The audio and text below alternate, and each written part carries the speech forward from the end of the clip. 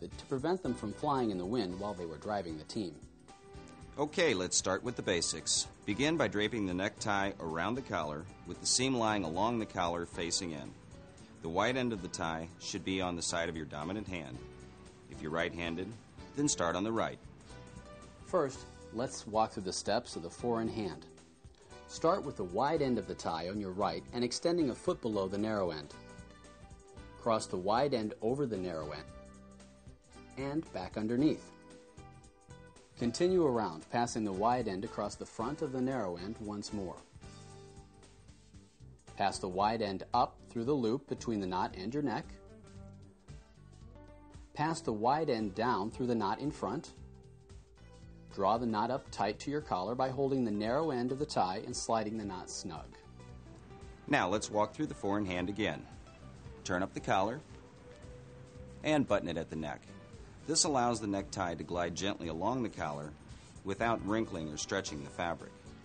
Begin with the wide end of the tie on the side of your dominant hand and extending about a foot below the narrow end. Notice that on most ties, a diagonal seam is about midway on the tie.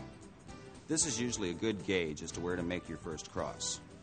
Cross the wide end of the tie over the narrow end and back underneath.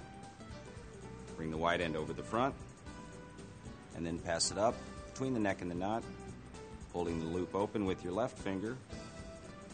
Pass the wide end down through the knot. And notice that by tucking the loop through with your index finger of the right hand, this allows you to maintain the knot while you pull the material through. And this goes for all knots. Shape your knot and draw it up tight. Turn down the collar. And there you have a nice, clean four-in-hand. Next, we'll help you master the HalfWindsor. Now pay close attention because I'm about to reveal a new twist to the traditional directions. Why is this necessary?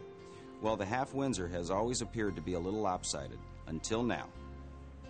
Start with the wide end of the tie on your right and extending a foot below the narrow end.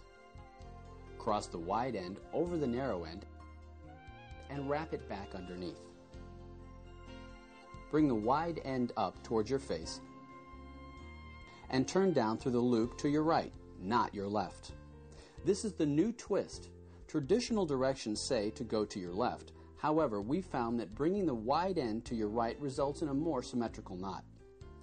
This allows you to pass the wide end around the front from your right to left. Then, go up between your neck and the knot, and down through the knot in front. Tighten carefully and draw up to the collar to complete the new and improved HalfWindsor. Now, if you've ever had problems getting your finished tie to hang to the proper length, here's a little trick. Start by letting the wide end hang to twice the length as the narrow end. To check if you've done this properly, draw the wide end up to the edge of the neck. The length of the doubled end should be equal in length to that of the narrow end. Now you'll want to experiment with any new tie though, because there are a number of variables that affect the length of the final tie. The thickness of the material and the length of the tie itself, the thickness of the neck and the length of the torso. Also, knot styles require differing lengths of material, so you'll want to vary the point at which you make your first cross. Now let's step through the HalfWindsor once more. The wide end of the tie should be on the side of your dominant hand and extending at least a foot below the narrow end. Cross the wide end over the narrow end and back underneath. Bring the broad end up towards you and then down through the loop between your neck and the knot, and sweep the wide end to the right this time, not to the left. This is the new twist.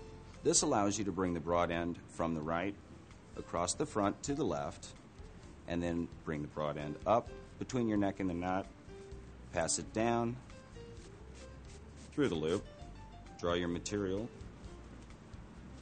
and then draw it up tight.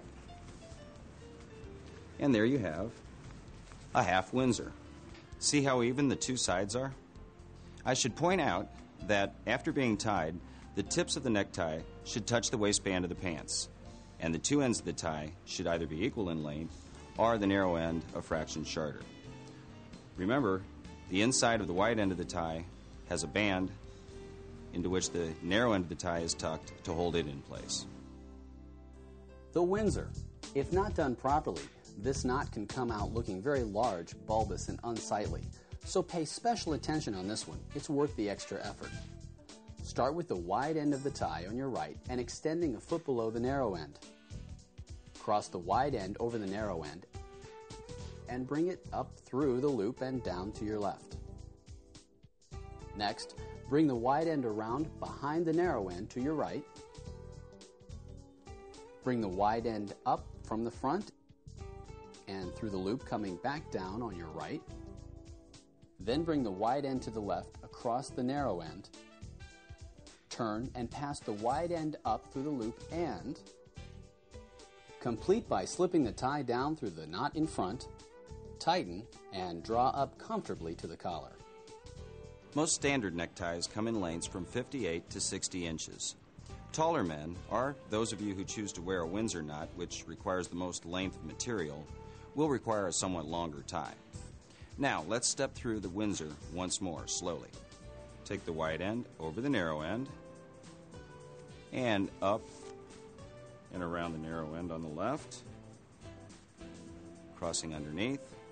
Bring the wide end up and towards you, down through the loop between your neck and the knot on the right. This forms the V. Now, bring the broad end from the right across the front of the knot to the left, and bring the knot up between your neck and the knot. Tuck it down through the loop in the front of the knot, shape and form, and draw it up. There you have a full Windsor. When properly tied, it should have a nice clean dimple like this. Bow ties. Though you'll occasionally see them worn by the college professor or stock market analyst, bow ties are usually worn at formal engagements with a pleated front shirt. They make a unique fashion statement, and depending upon the setting, they give a man a suave or intellectually professional look. The general rule of thumb is that the bow tie should never be broader than the widest part of the neck and should not extend beyond the outside points of the collar. Start with the end in your left hand, 1.5 inches below that in your right hand. Cross the longer end over the shorter end and pass up through the loop. It's important to make sure the tie is snug against your collar at this point.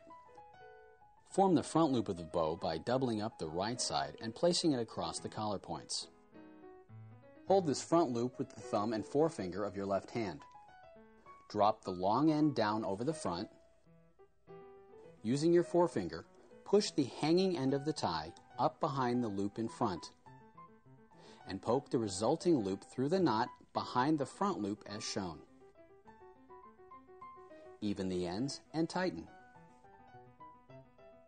It's really not as complicated as it looks. Here, let me show you. Begin with the left side, 1.5 inches longer than the right side. Cross the long side over the short and up underneath.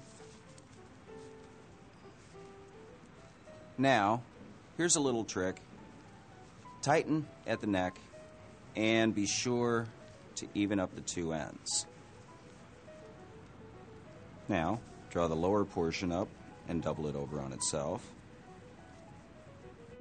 Now sweep the top end over the front and then poke in from behind. Draw it through. Turn down your collar.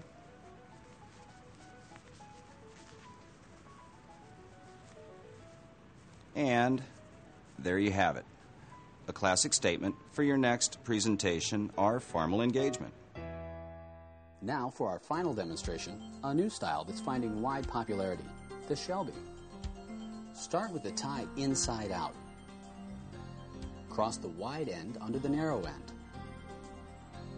Bring it up, then over and down through the loop to your right. Sweep the wide end across the V from your right to your left. Then take the wide end up and through the loop between your neck and the knot. Now bring it back down through the knot and tighten. As you may have noticed, The steps involved in tying the Shelby are definitely different, particularly step 1. Begin with the tie inside out. Cross the broad end of the tie under the narrow end and draw the wide end up towards you and down between your neck and the knot. Sweep the broad end to the right. Now pass the broad end across the front of the tie from right to left. Bring the wide end up between your neck and the knot and down through the loop in the front. Draw your material down, shaping.